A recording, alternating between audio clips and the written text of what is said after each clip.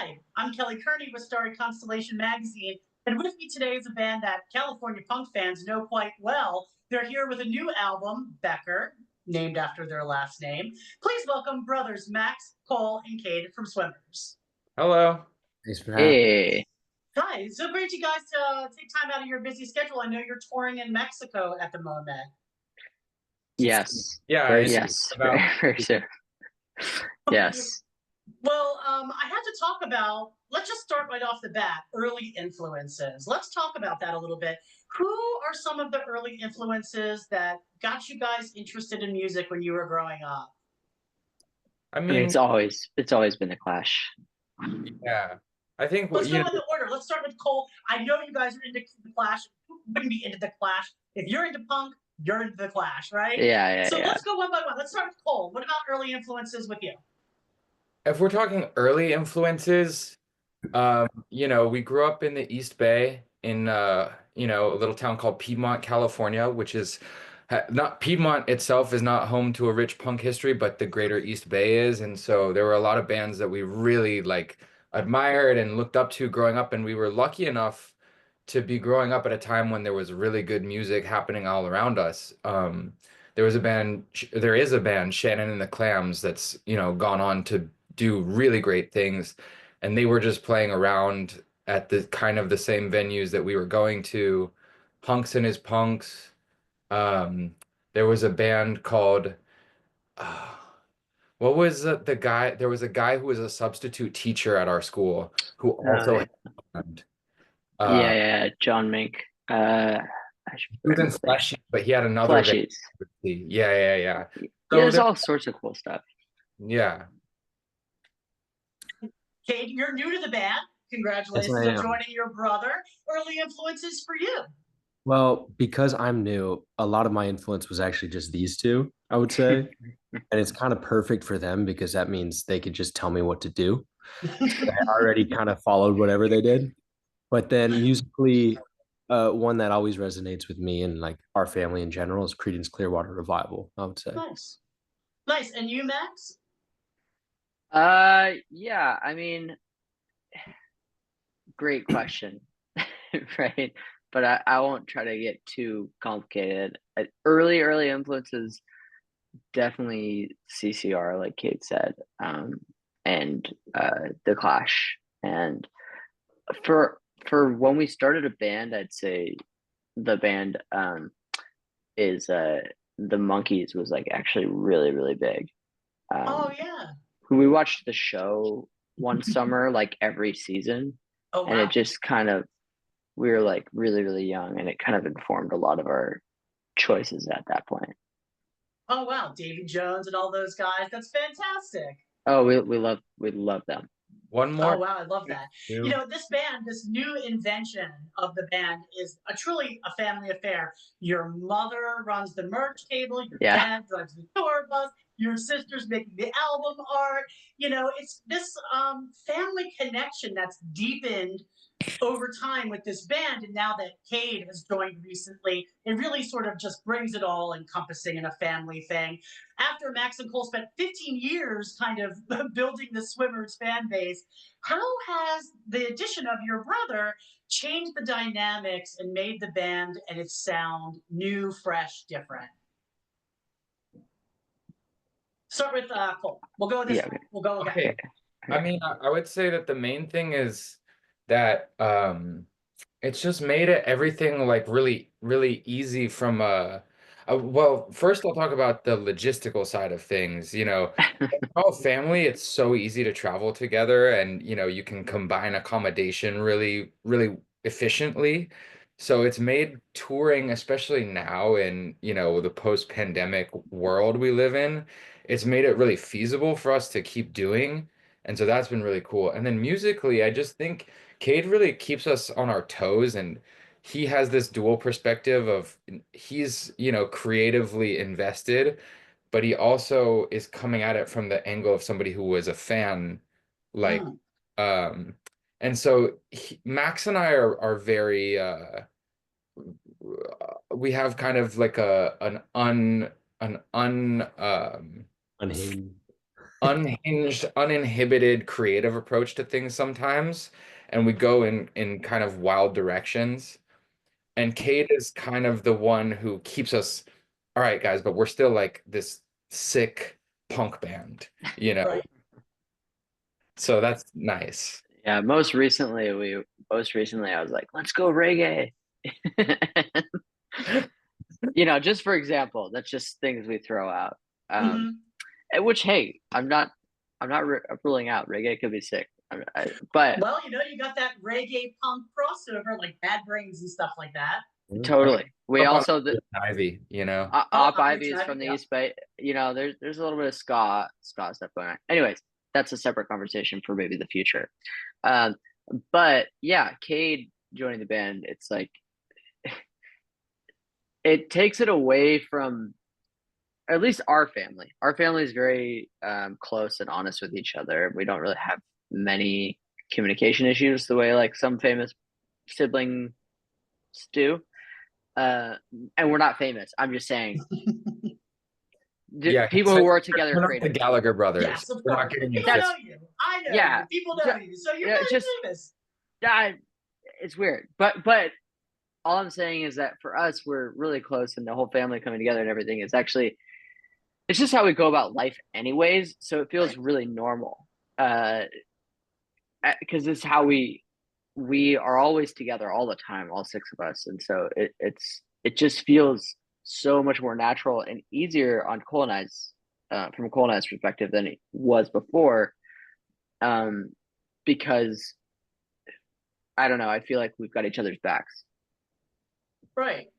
Well, Cade, then this question is for you. Since the band has reinvented itself a few times over across the decades, and this new update, which is centered on this kind of brotherly love that now you're, included, it's kind of added to this like electric California pop punk sound. But with the new lineup of the new album, Becker, after your last names, how has the reception been to you? You're a new guy in the band, but you're kind of familiar, you know? So how has the fans taken that? I mean, I think when any band has lineup changes, there's like a bit of mourning that goes on. And what I've found with people that I've talked to, at least, like, because it's like transitioning into a whole different thing of brotherhood and family, it kind of softens it and also makes it exciting because you're not going through like the typical like mourning of like a band that's changed its lineup. So, I mean, it's weird for me because I've always been on the sideline, but it's really exciting because I can kind of take a little bit of ownership over it. Whereas like sometimes like maybe new members can't do. So right. And the fans were probably also a little familiar with you. So it wasn't like completely stepping in, a completely new member, you know. And I always had input, but now they actually have to listen to me a little bit. So hysterical. Your recent single, California Wintertime, I just watched the video for that, sets the mood with that Margot Tenenbaum reference, which I love. For anyone who's familiar with the Wes Anderson film, the video really leans in to Margot's sort of throwback personality. How much input did you guys have on making that video? Let's start with Cole. So I actually made that video all by myself. So I had basically all the input, and in fact, I don't think anybody else really even told me to change anything. We were, getting ready to come out with the album, and I love videos. I love what they can do to put someone in an atmosphere, especially for music. And it was cool approaching that video because a lot of it was about just finding footage instead of trying to create footage. I found a lot of archival stuff. And that was really fun for me because I got to see all these different eras of California. That was kind of the filter I was using to search for all these videos, and just it was kind of about synthesizing, this mood that is California. It's not a specific time or place. It's just this kind of foggy, chilly, wintry California video. And so that was really fun. And yeah, to answer your question, 100% input. Did Max and Cade have some input in that as well, or was it totally a Cole project? We've learned with Cole that sometimes it's best to just let him fly free. Mm. Well, then this question is for Max. The new version of the band, we're talking about brotherly love, bringing it all in with the family. What are some of the themes in the new album that kind of emphasize that? Maybe in some of the songs. Yeah, I mean, a lot of the songs kind of talk about specifically the unraveling towards the end. We are pretty much or Cole is pretty much in a poetic way, kind of like explaining what's happening behind the scenes. I mean, that's literally what happened. If in you could use a lot of it up for interpretation, but it all works out in the end. My brother is the line of the chorus, and that's kind of how it feels now, where we can always you can kind of, for us at least, not every family, but for us and some other families, you can always just kind of rely on each other. So that's good.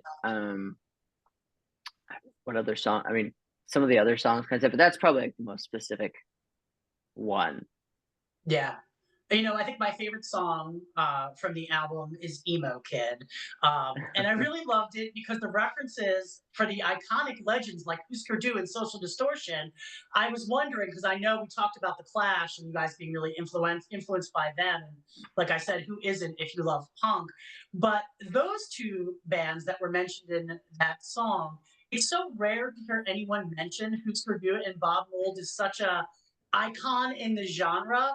So were those two bands also early influences on you, and you wanted to make sure you included it in that song?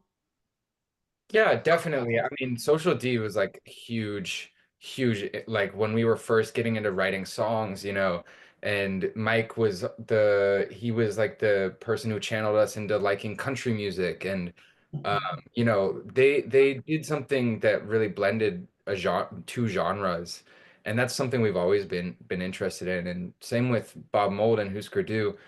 you know, you can't that's a progenitor of emo, and I Yeah. think that, and it's also just fun to say, and it rhymes with some things. So I know I had to rewind it, and I was like, did they just say Easter Good? Because you don't hear too many references in music today about sort of those bands that kind of created foundations for the bands that we listen to today. Well, then it served its purpose because we wanted people like yourself to rewind and be like, wait, what did it just say? Yeah, that's exactly what I did, and I'm a big fan of them. So Great. it was really nice to hear throw out a shout out to them because yeah, they're great bands. They deserve great it. bands. Yeah, absolutely, absolutely. Okay, so let's ask Cade about this. The song DeLong song. It has a lot of information kind of thrown at you all at once, but it feels a little bit like a thumb in the nose of leadership, a little bit questioning our government, questioning what we're told, questioning the information that we hear. And it was such a fun video with like the alien themes. So, what prompted the band to come up with this idea? These two are laughing at me because I wasn't involved at all with, Oh. with the recording I was involved with the recording, but not the song. You played on this one. Yeah, no, I played on it, sang some Well, background. Well, you can explain it. It's entirely influenced by Tom DeLonge from Liquid82. I figured. And that we're not necessarily sharing our opinions on those type of things. We just thought that it would be a funny and fun thing to write about because he's quite outspoken on the subject. And so we're like, oh, he deserves a song, Definitely like an ode to him in a lot of ways. Yeah, I mean, he's such a legend. Including the guitar riff in the beginning. It's just right. And the video, the choice to put the horns on Cole, that yeah. So far. Yeah. Was that something that you guys included on your own, or was that something that the video director included? That was the director. That was Nas. Yeah, that was a cool idea. That was great. So, all right, let's see. Now that I know, Cole. Now that writing is a family affair, what's the process like? Is it easier to like pull together a song with people that all three of you are brothers, you've grown up together, you traveled together, you kind of know how each other think a little bit and work. Does that make it easier to get these songs together? Yeah, definitely. I mean, I think the process for writing has always been just developing towards, writing the initial part of a song. I think this is what it's like for Max too. It's kind of a personal journey where you're always trying to be better at this one really specific thing that you do, and I think both of us really begin songs alone, and we kind of need a little, like, we need to like find some place of solitude to really craft something. Mm. And when it's finally ready, that's where it's gotten a lot easier and a lot more interesting, I think, for us, is because when you're doing it with friends, that's really awesome, but there's always the chance that you can say the wrong thing and upset somebody. And like with your brothers, you can't really like say anything that's going to upset anyone too much, you know? It's it's just like the communication is so open, and yeah, we Mhm. get in like crazy arguments, and it's usually about like very specific decisions about a song, you know. But it's helpful because we can have those arguments without it ruining our relationship. We'll Right, call it 'cause you're discussion. a discussion. Well, because you're still going to be brothers. I mean, you step on someone's toes a little bit, an ego gets a little bruised, or a feeling gets a little hurt. You're still brothers in the end. So it's kind of like, all right, Yeah. let's move on. Let's get it together. Little different It- dynamic than playing with friends for sure. yeah, and it's all like on top of that, it's kind of like we all feel, because we're brothers, we all feel like all of our chips are in here. Whereas like it's not like with friends sometimes, not saying that, sometimes it's like this is you're kind of thinking about yourself and how you're Right. gonna, but like we all, the arguments, the discussions and everything are all because we all care so much about this one thing. It's not really about like, oh, I want to play this guitar part because it'll make me look good, or Right. it make drum part because it'll make me look good. It's like we just really care about the final product because we all are like on the same wavelength about it.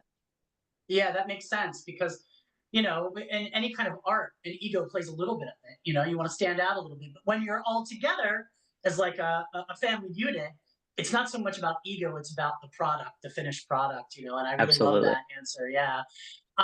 So you're currently touring Mexico, which we mentioned earlier, and then you're headed to the West Coast in March. You're going to go to Oregon, I think it is in March. Seattle. Seattle.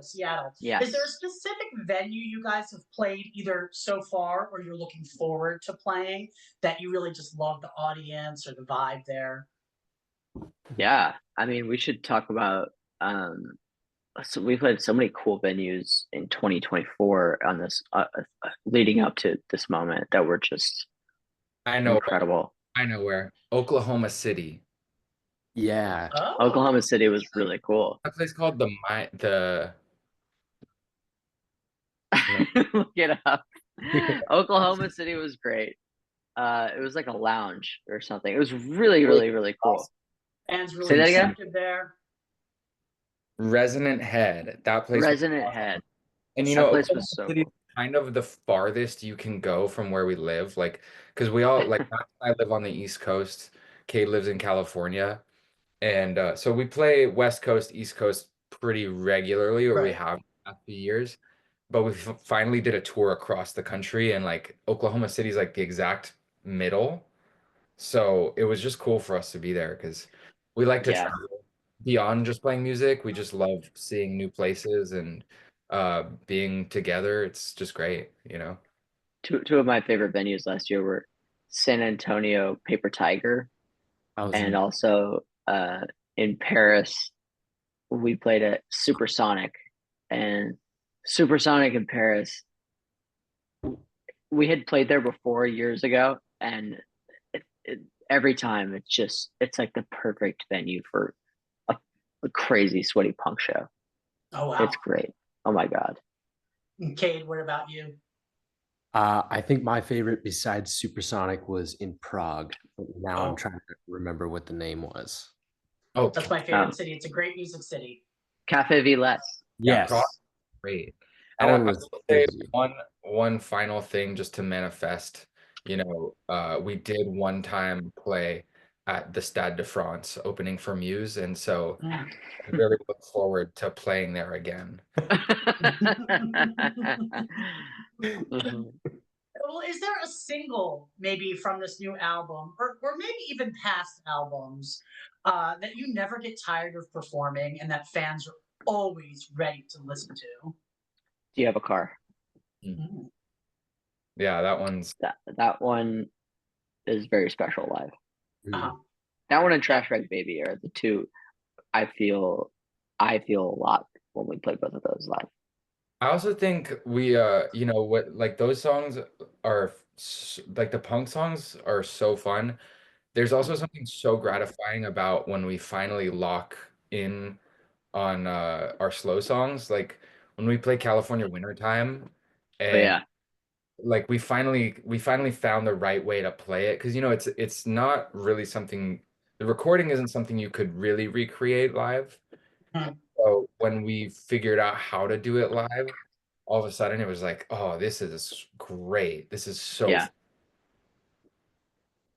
Yeah, and Cade, what do you hope lingers with audiences when they explore this new album? Maybe an emotion or a message that the album talks about, something that lingers with the fans. Yeah, I mean, I think with this whole new phase, just the theming is just family, and we're going on tour again. We're so grateful to be out there that we just want people to kind of just join the family and join the fun. And I think that's the theming of the album. That's the theming of what we are in general. And just as people, we just want to welcome everyone in. And that's kind of what I hope lingers.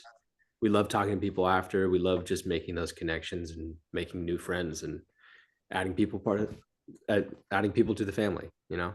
Yeah. And You mentioned talking to people afterwards, and you guys mentioned opening for Muse, which is pretty cool. Who are some of the artists that you guys kind of have in your foresight that you would like to collaborate with, maybe on another album or maybe a tour you just love to work with? 1975 yeah. would be really cool. We all three of us love the 1975. we love, yeah, everything they do is just really, it's cool how much they push the envelope.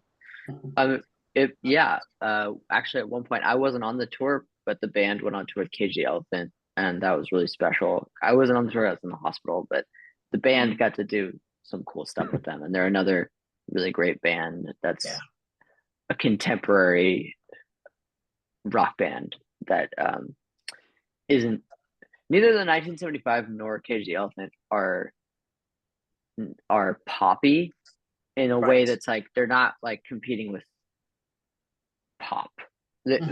But they've managed to be extremely popular and still like be rock and their own brand of something. I think that's a really cool thing to look forward to, or cool thing to look up to. Look up to, yeah. I'd love to hear a little collaboration between you guys. That would be great. Totally. Absolutely. So what's next for the band? You're heading back, obviously, on tour. You're on tour now. Are you going to go back to the studio maybe after the tour concludes? We've already been in the studio, actually. Oh. We Cole and I never stopped writing songs. In fact, we started writing more and more and more and more. And we have this great setup when we come back to California with a great producer who produced Becker. His name's Wyatt Blair. He also plays drums for us sometimes on the road. We really like just like going and meeting there, and we have so many songs. We have so many songs still in our arsenal to work on that we can't stop. We want to just explore and keep pushing ourselves, and we also feel that we have a long way to go. We still think of ourselves as like, goal is up here, not we don't really feel that we're like we've made it or any. So we were always kind of testing ourselves and pushing ourselves to okay, what can we do next? What can we write now? But let's keep going. I think that comfort zone of feeling like you made it can be dangerous, Yeah. Oh yeah. You're stuck in that comfort zone, and then you kind of maybe don't push yourself to try new things. You don't think about maybe ska or reggae or something, Yeah. you know? Yeah, totally, totally, and it's helped us actually because we've come to the conclusion after doing this for 20 years or something that really the best thing you could do is make music that you think is really fun and that you really like. And so I think we're getting closer and closer to that every time we go into the studio. Well, what would you like to say to the fans who've kind of taken this roller coaster ride over the past 20 years? They've jumped on this new version of the band and they're showing up at the concerts, cheering you guys on. What would you like to say to them? We'll go Cole, Cade, and Max. Just thank you for taking taking time and resources out of the rest of your life to come to a concert, any concert. I think like I just think it's so important to have places for people to meet in real life, you know? I think there's less and less places like that where there are gatherings of people and organic connections can be made. And so I'm really grateful to be a part of that and to be able to put on events that give people an experience that's not the same scroll every day that we live through. So yeah, I just a lot of gratitude for people who come to our shows. Yeah. Honestly, ending on Max is going to be dangerous because he could talk about our gratitude for an hour. But just very thankful that people want to go to live shows still. And it's just fun to like keep making those connections and meeting new people and meeting new fans. It's just incredible. Max, we'll leave the floor open to you. Yeah, I'll try to make it quick. You know, we got to go on tour around the world again recently, and meet people that you don't forget about, but it was nice to be reminded just how far our music has gone and affected people's lives, and that is the greatest victory of an artist you could possibly imagine. So I just want to say thank you for letting us be your band, and we are very honored, and we're going to keep doing it, and we're going to keep pushing ourselves. Oh, I love you. Thank you so much for Love you taking too. time out of your busy schedule to talk about the music that I love, because I'm a big punk fan. I'm a big West Coast music fan. So I was really happy to talk with you guys. If you guys, fans, if you have not heard this album, you need to go stream it. It's streaming everywhere. And if you want to see them on tour, they're going to be heading back to the West Coast in March. They're currently in Mexico right now. Check them out. You will not be disappointed. Thank you so much. Absolutely. Thank you so much. I'm going to stop right now, and we will let you guys know when we post this. It'll be posted on our YouTube channel.